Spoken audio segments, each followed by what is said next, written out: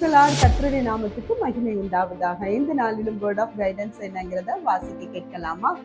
எசேக்கியேல் 36 அதிகாரம் 36 கர்த்தராகிய நான் நிர்மூலமானவைகளை கட்டுகிறேன் என்றும் பாலானதை பயிர் நிலமாக்குகிறேன் என்றும் அப்பொழுது உங்களை சுற்றிலும் உள்ள மீதியான ஜாதிகள் அறிந்து கொள்வார்கள்.